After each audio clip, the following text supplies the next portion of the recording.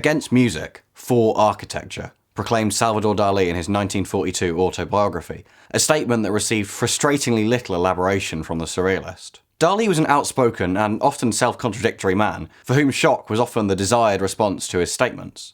It's very plausible that Dalí was just saying this because it would ruffle some feathers, and I've taken the bait. That being said, the complex relationship the painter maintained with music throughout his life indicates that this quote may not just be mere posturing, but something more profound. Dalí is not the only person of renown that has defined themselves in such a position. Whilst those who are disinterested in music are reasonably hard to come by, those who are wholly ideologically opposed to music are extraordinarily rare. Nevertheless, from antiquity to today, they do exist. Though not every language has a word for it, there has never been a society or culture that does not in some way feature what we, in English, would call music. It is, therefore, beyond dispute that music plays some kind of integral role in the human experience, however unexplainable or potentially unnecessary that role may be. It's hardly a surprise, therefore, that people who possess indifference, antipathy, worry, or even revulsion at music's presence have been so rare. When I talk about being afraid or a fear of music here, I'm not referring to melophobia, which is an actual acute sensitivity to frequencies or amplitudes. Instead, I'm talking to a philosophical or ideological opposition or skepticism towards music for artistic reasons. When these individuals do crop up throughout history, the similarities between their arguments are striking. Broadly speaking, these ideological criticisms fall into two schools of thought: those that dismiss the power of music and those that are afraid of that very power. For some of these curious figures, music is a passionless and ultimately pointless endeavour, conveying none of the artistry of literature nor the sustenance of food and shelter. For others, music is a dangerous tool, an unexplainable yet immensely powerful force that seemingly acts outside all concepts of rationality. Music is a drug. It's entrancing but lethargizing, fun but distracting, a mere imitation of what true feeling is. Perhaps obviously, I disagree with both of these viewpoints. I love music. I care about music. It's why I bother running this channel even when there's nobody watching it, because I really do love it. I'm sure there is a reason, or more probably multiple reasons, why frequencies resonate with us in a way that makes something that we call music. But nobody on the planet can get anywhere close to an answer, and we're no closer than we were to getting that answer than we were when we were all cavemen. That, to me, makes music the closest thing to some kind of magic that we really have. That's what I mean when I talk about music acting outside rationality. It's almost unfathomable to me that someone would hold music itself, not specific genres or styles or sounds, but music itself in this way. Or it was almost unfathomable until I made an effort to fathom it. I came into this with a mixture of intrigue, mystification, and a slight amount of worry that the journey I was embarking on would leave me somewhat convinced that music isn't all it's cracked up to be. If it turns out that music is one big waste of time, then I've certainly wasted a lot of it. It's fine. If anything, I'm more convinced that I like music for reasons that I can justify, but that's probably for another day. We'll start in antiquity and look at three philosophers in particular: Plato, Philodemus, I hear his name pronounced in a few ways, but I'm going to go with Philodemus, and Sextus Empiricus. Plato seems like the most appropriate place to start, being both the earliest and the most famous of the three. Unlike the other two, Plato really needs no introduction. He predates the other philosophers by several centuries and is often referenced by later figures, including the ones that we talk about in this video when talking about this topic. Musike, the ancient Greek word, possessed much broader connotations than just music as we refer to it today. It encompassed poetry and lyricism, dance, and music, though Plato was often referring to music more narrowly, more akin to how we see it today. Plato, and Socrates for that matter, had a slightly different view to these slightly later thinkers. He saw music as something dangerous for the power which it possessed. Rhythm and mode, Socrates says, penetrate more deeply into the inner soul than anything else does. They make a person graceful if he is rightly brought up, and the opposite if he is not. In Plato's ideal city, as described in Republic, certain musical scales would be banned. He cites, for example, the hedonistic nature of the ancient Lydian and Ionian modes, ancient Greek scales different to the modern ones of the same name, as being unsuitable for his perfect society. Likewise, Socrates takes the view that the ancient Mixolydian and Syntonolydian modes certainly should be banned due to their nature as mourning modes. Plato's views on innovation in general come into play here. There is no greater evil in a state than a spirit of innovation. Music was no exception, and if anything, was more dangerous. Changes in fashions were not considered serious evils by Plato, but changes in the character of man was, and since Plato viewed rhythms and music as representations of these characters, novelties and changes in music are best avoided. Music makes a person graceful if he is rightly brought up, and the opposite if he is not. Those sceptical of music in antiquity frequently jumped to comparisons with cooking. 1st century BCE Epicurean philosopher Philodemus explored music quite a lot in De Musica. For him, music was no more capable of expressing emotion than cooking was, providing perhaps a necessary but unadmirable pleasure to the senses, with any claims of anything more emotional or profound being mistaken. As Kant would do pushing 2,000 years later, Philodemus views music, alongside some other things like rhetoric and grammar, as distracting from philosophy, which one should really be devoting their studies to. Sextus Empiricus, the 2nd century AD Roman skeptic, pointed out that the usual rebuttal to this is to say that music produces the same results as philosophy, but not in the same oppressive or restrictive way. But he doesn't think it does produce the same results. He frames music as something emotionally distracting rather than cathartic, likening its effects to those of wine, a lethargizing, stagnating force. Just as sleep or wine does not banish grief but puts it off by inducing torpor and languor and oblivion, so a certain kind of tune does. His comparisons to food and drink continue. Music, like food, drink, and warmth, require no context to enjoy, so he says, something that isn't the case with the other arts, again, so he says. For music is not uniform and inevitable in the same way. If anything, he is implying the inferiority of music to these things rather than the equivalence of it. For him, there was also a gendered aspect to music. Melody was effeminate, rhythm was womanish. He caps off his glowing assessment of music by saying that it resists and opposes the striving after virtue, making young people easily led into incontinence and debauchery, a sentiment echoed to this very day by the terminally grumpy.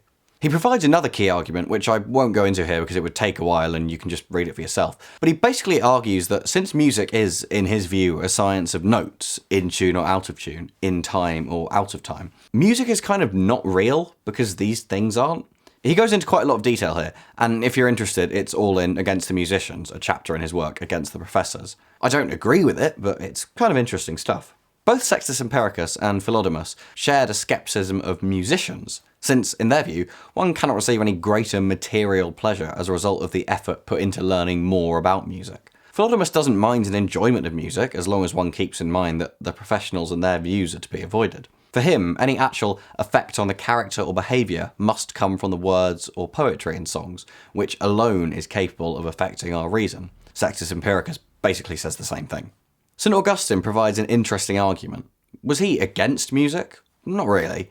It's worth mentioning that the purpose of this, however interesting it may be, isn't necessarily to dredge up or even diminish or flog or indict a series of figures who are fully against music in their own personal lives. Sextus Empiricus certainly was, Dali certainly said he was, but a lot of these other figures aren't like this. What they did do was provide certain arguments that, whether they found them persuasive enough to be truly against music themselves or not, still worth examining when thinking about why we do listen to music. A lot of them harbour at least a certain apathy towards music.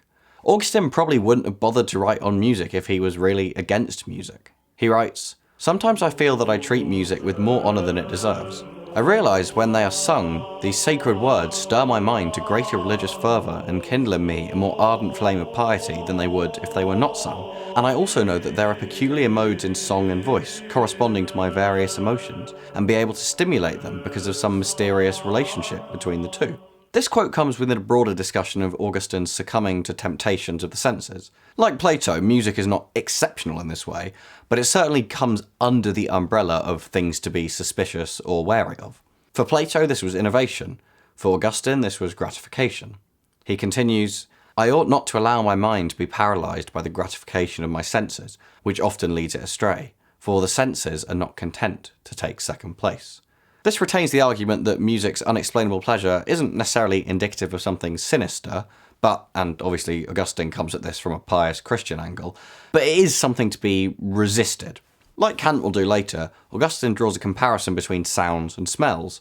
He enjoys them to the degree which they please his senses, but he'd be fine without them. Of scents, he says, "I'm even ready to do without them altogether," and of music, he says, "I can leave it when I wish." Over a millennia later, Enlightenment philosopher Immanuel Kant, in his Critique of Judgment, offers up his own ideological criticisms of music, aligning far more with those of Philodemus and Sextus Empiricus than with Plato. In it, he judges the worth of various fine arts, in true Enlightenment fashion, by the culture they supply to the mind. Owing to the fact that it merely plays with sensations, music can only produce a fleeting impression, compared to the more lasting and profound impact engendered by the less abstract arts. Music, agreeable though it may be, therefore belongs in a category alongside flowers, seashells, and beautifully coloured feathers, a fine yet not artistically beautiful feature of the world. For Kant, the artistry of music ranks below even the telling of jokes. He likens the presence of music to a strong perfume that exhales its odours far and wide, subjecting those around it to an experience they did not consent to, like a kind of artistic tyranny. Visual art, he says, is not like this. If a painting is not to one's taste, they need only look the other way. Herman Parrott has, rather helpfully, compiled passages from 3 individuals, all of whom either worked or studied under Kant, about the philosopher's opinions on music. Reinhold Bernhard Jackman wrote that Kant had no particular taste for music and played no instrument, and that he believed that music was incapable of expressing any ideas, only sentiments. Ludwig Ernst von Brauski wrote that Kant not only considered music to be an inoffensive pleasure of the senses, but actively discouraged many among his students from devoting themselves to its study. This all aligns fairly neatly with what Kant had to say about music merely playing with sensations. Music caused Kant no displeasure, but the pleasure that it caused him was largely uninteresting to him. He makes no mention of Mozart, and even the section that I've discussed in Critique of Judgment is relatively short. Like what I was saying about Augustine before, Kant wasn't opposed to music in a sense that he held any kind of ideological vitriol towards it, but he just didn't see much particular value in it. He attended some concerts in his life, though fewer and fewer as he aged. He possessed no interest in solo instruments. Neo-Kantian philosopher Karl Vorlander wrote that Kant said of a folk song called Rhine-Wien-Lied, or the Rhine-Wine Song, was the pinnacle of musical composition in that genre. The song contains words from a 1775 poem by Matthias Claudius, and here's what it sounds like.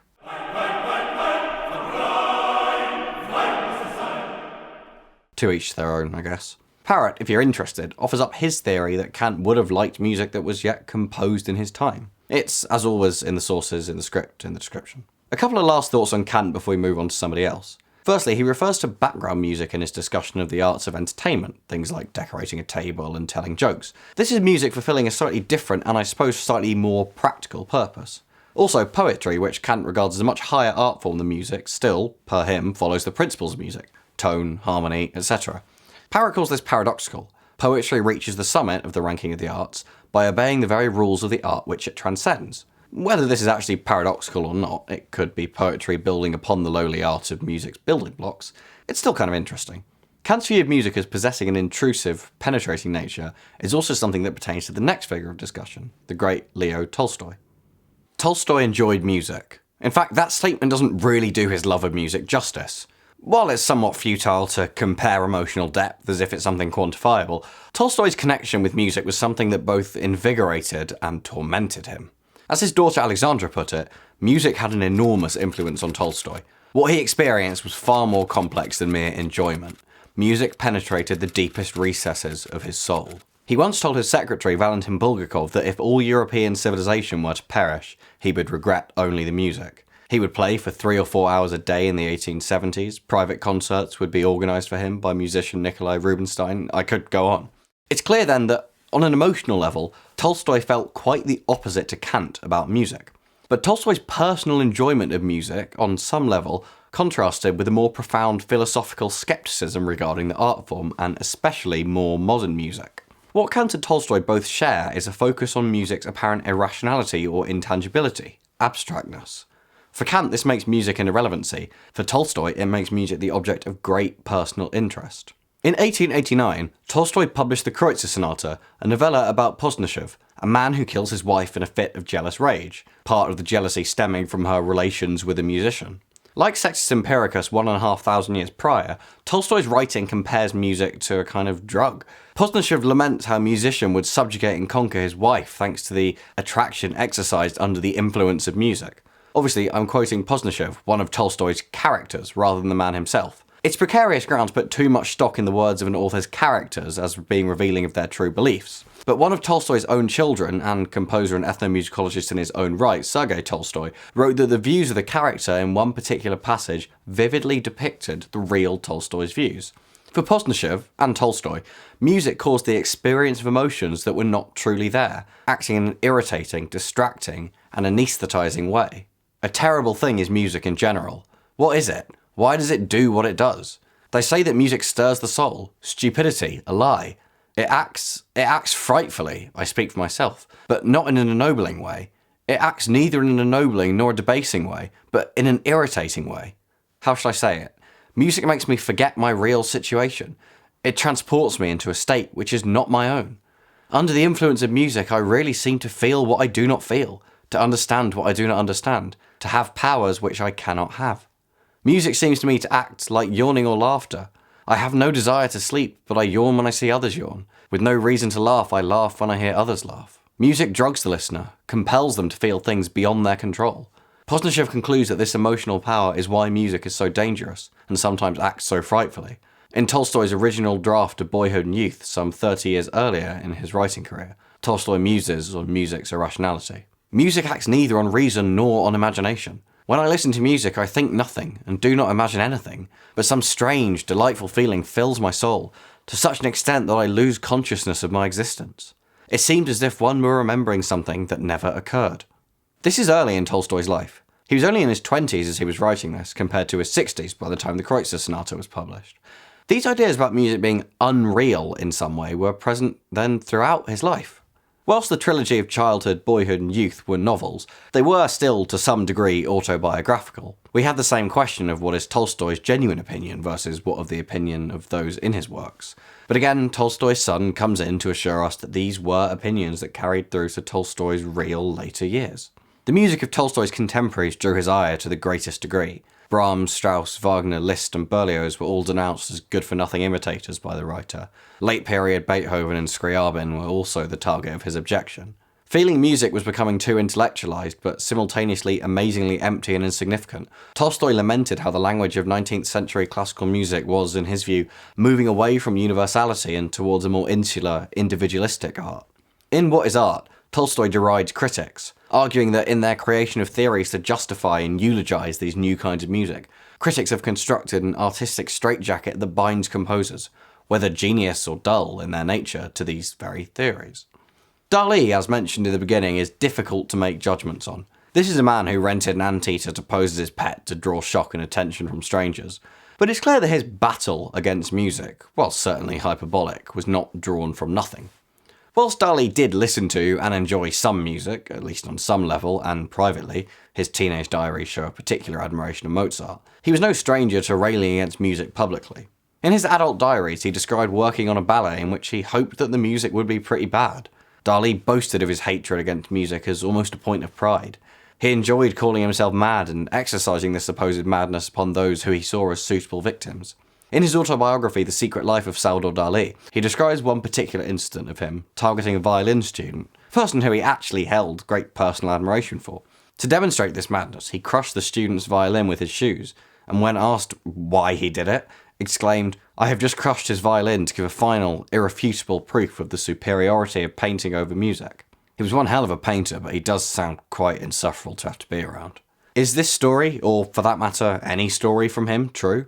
It's impossible to verify. He was quite the grandiose narcissist, and hardly the most trustworthy source of information on anything, let alone himself. But whether or not these stories are true is kind of immaterial. This is the perception of himself that Dalí wanted to cast out into the world. When talking about the shoe he crushed the violin with, Dalí writes, "The shoe, in fact, appears to me to be the object most charged with realistic virtues as opposed to musical objects, which I have always tried to represent as demolished, crushed, soft cellos of rotten meat." In Dalí's 1983 painting, Bed and Two Bedside Tables ferociously attacking a cello, this superiority Dalí assigned ordinary objects over music is central. As the title suggests, the household objects push up violently against the cello, contorting and obscuring it. These are those soft cellos of rotten meat that Dalí talks of.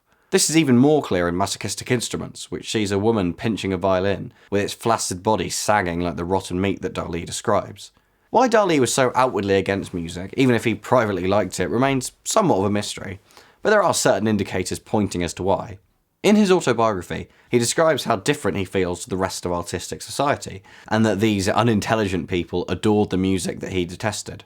If anybody else were to have said this, it would seem to be referring to musical genre, but in conjunction with his other comments, a picture emerges of someone who defines himself as detesting music to position himself as opposed to a social group he feels alienated from.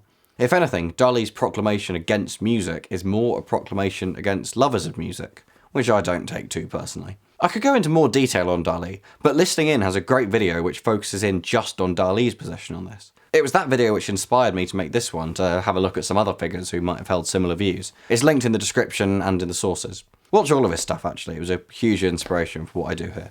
Music is a powerful thing.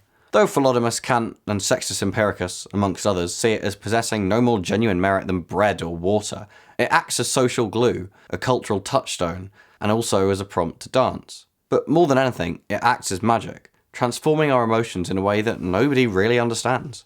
That frightens some people, causes eye-rolling in others, but most people just enjoy it.